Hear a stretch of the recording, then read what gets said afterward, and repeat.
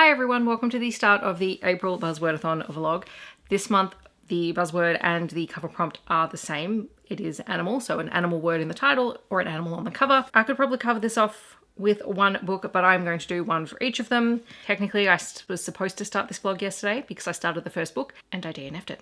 So that's an auspicious start. I was going to read Another Wolf's Mate by Rebecca Pratt for the title prompt because it has wolf in the title. However, I read the first chapter and was noping my way out of there for no other reason than I was not enjoying the writing style. So that one is a DNF. That means I need to replace it with another book. That's the one I'm going to read tonight. It is a short story. It's by Alix E. Harrow, who I really quite enjoy. It is their most recent short story, I think. It is The Knight and the Butcherbird. The Butcherbird is the animal in the title. And then the book that I'm planning on reading for animal on the cover is Unguarded by J. Hogan. This is one of the books that I have to read for one of the series that I'm reading for this year, and there is a dog on the cover. So those are my two books.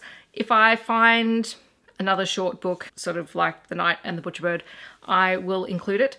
But I've had an interesting day. I have just had dinner. I'm going to get myself sorted for the rest of the week. Something short tonight is going to be really useful. I have 2 more days until the school holidays. We're feeling the lead up to the school holiday break. So I have a bit of work to do after I finish reading tonight. So I want to do the reading and then get onto some work. But I will then come back with some recommendations for books that have animal words in the title. So stay tuned. Alrighty friends, I am coming to you with not one but 2 books that I read for this first prompt because the second one is just a bonus and I'll get to that in a moment. So I read The Knight and the Butcherbird by Alix E. Harrow. This is an Amazon short and Alix E. Harrow has been doing some really great shorts recently. I really enjoy their writing in general, but this one is also pretty good. It is a dystopian fairy tale kind of story. So it is set in the future. It's a world where something has happened and essentially people have walked away from documenting things on paper or on machines, and instead in the sort of outer lands, not the cities, history is documented by the secretaries. And so our protagonist, our point of view character, is Secretary Shrike. And it opens up with a knight who has arrived in this small town because the town has a demon. And we quickly find out that Secretary Shrike is the wife of the woman who turned into this demon. The knight is on a quest to find out why people are turning into demons. And he's also hiding a secret of his own. So this was just a delightful little short. Like, it was the perfect length. Like, you get as much information as you need for the story. You don't get more than that, but you also don't get unnecessary stuff that you don't need. Like, it was just very interesting. And the reason for demons coming about is also really interesting, although I will content warning that it does relate to people being sick, unwell, cancer is brought up a little bit, and like there's some really interesting stuff done around why that's happened, particularly now when the world has ended, or you know, how it's changed irrevocably. Oh my goodness, I cannot say that word. Don't try to use big words at 8 o'clock at night.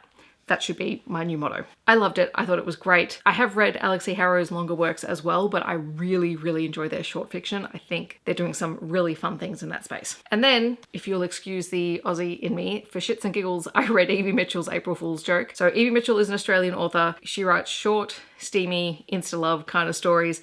But for April Fool's, she released a book called Platypussy, which is a platypus shifter story. It is 2 chapters long, so there's no plot. There's no plot in this at all. And I just smiled and laughed and giggled the whole way through it. If you are not into very, very steamy books, skip this one. Totally skip it. But I thought it was hilarious. So you have Amelia and Lockie is like the most quintessential Australian bloke name that I could think of for this. Anyway, it opens up with Amelia deciding that she wants to accept a mating bond with Lockie, and then the next like 20 pages are just very, very steamy sex scenes. So I don't really know what else I can say about that. But if you're a paranormal romance reader and you like weird shifter romances, you know, the platypus has some very weird anatomy that translates into this book. Let me just tell you that. So those are the 2 books that I read for animal in the title. And then for my 5 book recommendations with animal in the title, which was harder than I thought. I mean, I didn't really go through my ebooks. I was just kind of browsing my bookshelves just so I could hold something up because I'm not really holding up anything else in this video. If you like middle grade A recent read that I really enjoyed was Spirit of the Crocodile, which is a middle fiction story set in the Torres Strait Islands here in Australia. It is about a young boy who is about to move from primary school to high school, and that comes with a lot of change, including having to live on a different island to where he has grown up and where his family lives in order to go to high school. And there's a lot of coming of age sort of things happening here, as well as a freak storm that causes a lot of damage and flooding to his home island that he and his friends live through and have to help their friends and family through. So a really, really interesting, very well written story. It is by Aaron Fayoso and Michelle Scott Tucker with Lynn White. Then sort of straddling that middle fiction and young adult line is Lioness, Rampant by Tamora Pierce. This is the fourth and final book in the Song of the Lioness quartet. You do have to read the other 3 books to read it, but the series is called the Song of the Lioness, so I guess that counts as well, but this one actually has an animal in the title.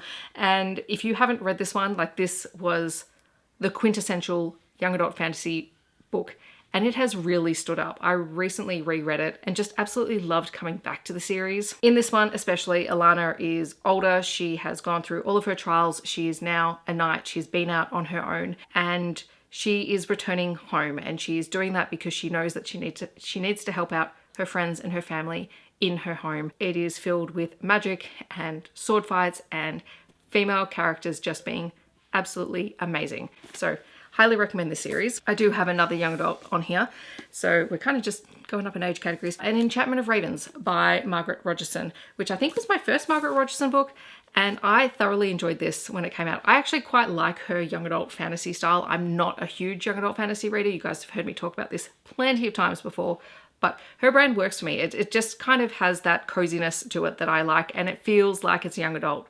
It doesn't feel like it's trying to be more than that.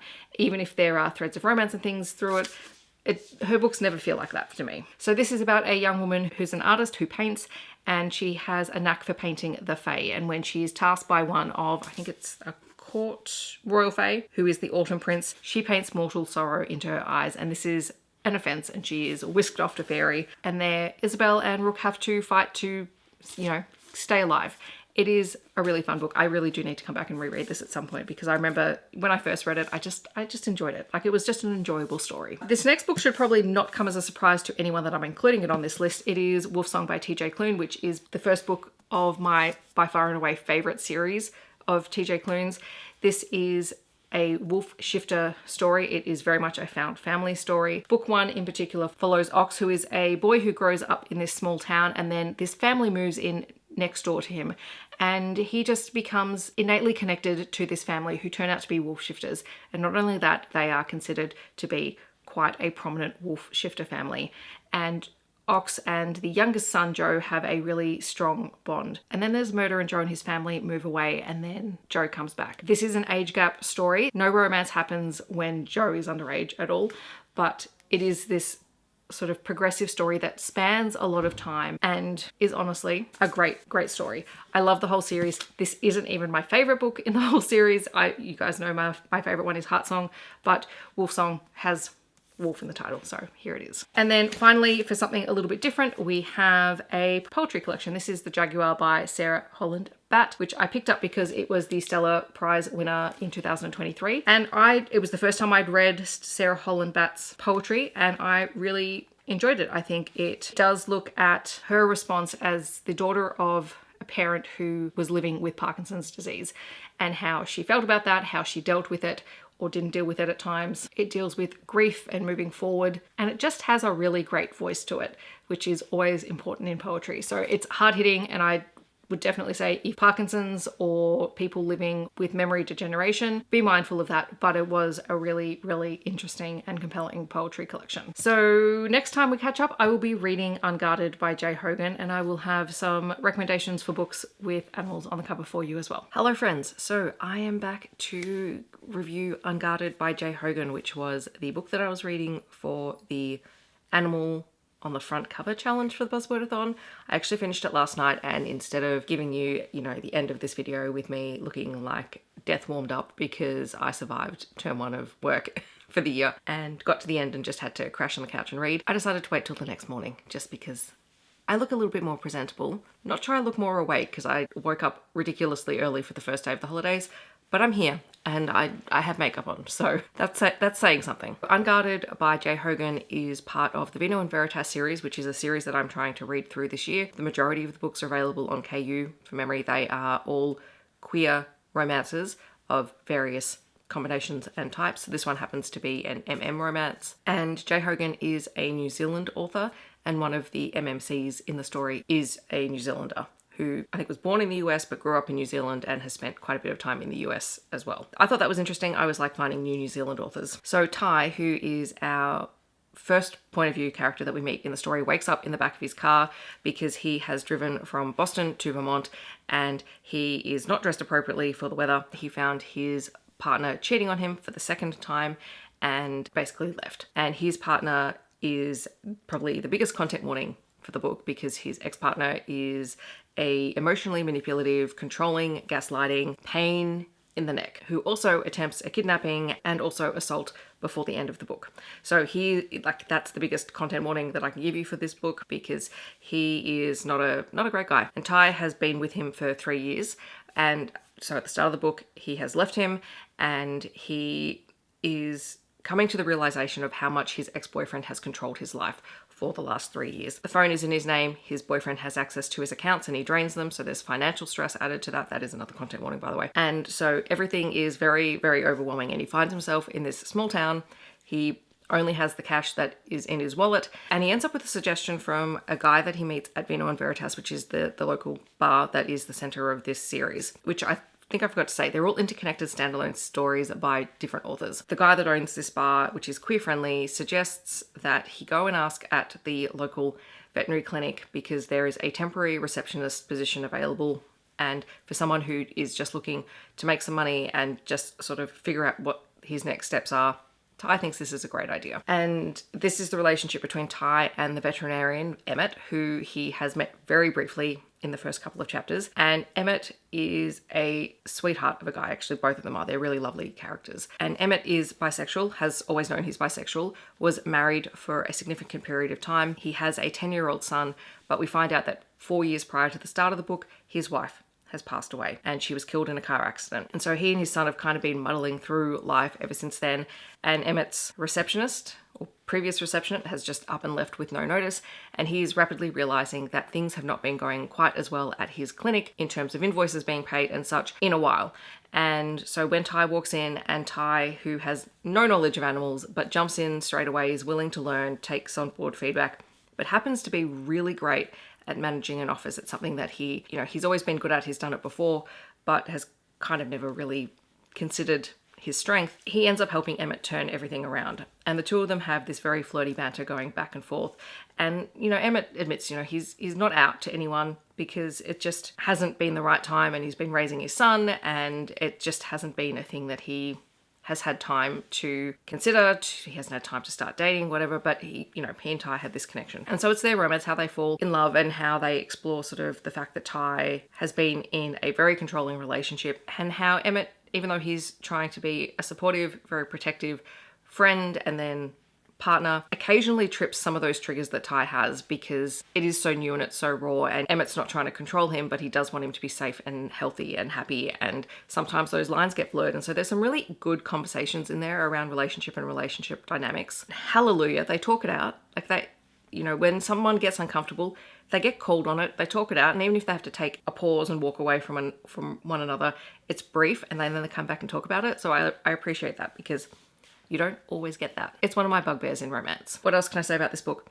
I really enjoyed it. As I said, the ex-boyfriend is the conflict in the story. There is no third act breakup. There are, little brief periods of separation, but that's like less than 24 hours as people are just trying to get their heads on straight. There's a little bit of biphobia when Emmett accidentally comes out to his parents and his son. His son just needs time to process because there was a plan to tell Leo and it just didn't go the way that was supposed to go. He saw something before he was told, and also Emmett's parents were there as well, and his mother in particular doesn't take it well, but his dad stands up for him, which I appreciate as well because we like having positive male parental figures in our stories. It is open door, it is steamy, but it is kind of a slow burn. Nothing really happens between the characters until about the 58 to 60% mark of the story. I think that's where I made a note of when it first started to sort of develop. I really enjoyed it. I thought it was fun. It was enjoyable. I'm enjoying a lot of the books in the series. Not everything has been, you know, fantastic, but a lot of them have been enjoyable, and there's a lot of them, so I need to start making some progress. As for some recommendations of books with animals on the cover, again, I have 5. I mentioned the first book of this series in the first lot of recommendations, but for this one, I'm going to go with Heartsong from TJ Klune because we have the 2 wolves on the cover. This is the 3rd book in the Green Creek series. It's my favourite in the whole series, hands down. I love the whole series, but by far and away, this is my favourite book because our protagonist character has had his memories taken from him, and so he is in a world where he's going about his daily life, but he knows something's wrong. He knows something's missing, and he knows people around him are keeping something from him. And his romantic interest in the story is asexual, and that rep is also fantastic. It is queer, it is paranormal, it is just utterly delightful. Like, the whole series is great, but when you get to this one will, like all the books, will make you cry. This one, doubly so, because Robbie is a precious bean, and I love him. Then there is Foul is Fair by Elisse Hay, which is book 1 in the Something Wicked series, and hallelujah, this is a series that tells you what number in the series you're on, because I need that energy in my life. Elisse Hay is an Australian author. This is set in Australia. It is a paranormal romance, and it is about Aurora, who basically starts the book in her new job as a magical social worker. And her job is to work with members of the supernatural community, and things don't quite go according to plan, and she's taken over the caseload of somebody else, and she rapidly finds that things have not been handled properly. I am planning on reading at least the next book in the series this month. I'm really excited about it because I really enjoyed this. It's set in my home state, and I had a really great time with it. I would be remiss if I didn't mention this entire series. It is the Kate Daniels series by Ilona Andrews. There is basically a lion on every cover because Kate is our main character and her love interest is a lion shifter. There's more to it than that, but that's essentially the case. This is one of the best urban fantasy paranormal romance series that you will ever read. It has not dated as badly as it probably should have. The entire series is actually so consistent. It is so full of amazing mythology references. There is so many different cultures that are included. There are queer characters. There is the best found family element in it. You have shifters, you have vampires, you have witches, and you have all sorts of magical creatures throughout the whole series. It is hands down my favorite collective series that I read and reread and reread again. I think last year I probably went through most of the series at least twice. I'm already mostly through the series for a second time this year, and it's April. There are also some really truly fantastic graphic audios for this series. But if you've been on my channel for any length of time, you will know that, and I will have just been preaching to the choir. Or hopefully, if you haven't read it yet, I've convinced you to pick it up. Then a non-romance book. This is a sci-fi book. There is a romantic element in it. This is How You Lose the Time War by Amal El-Mohtar and Max Gladstone.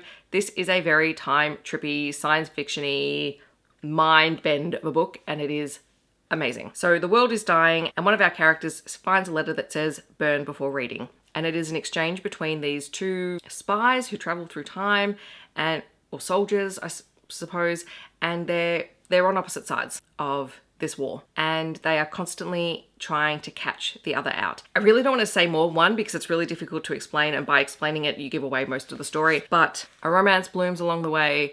It is fantastic. Highly recommend. And then my 5th book is actually a little essay.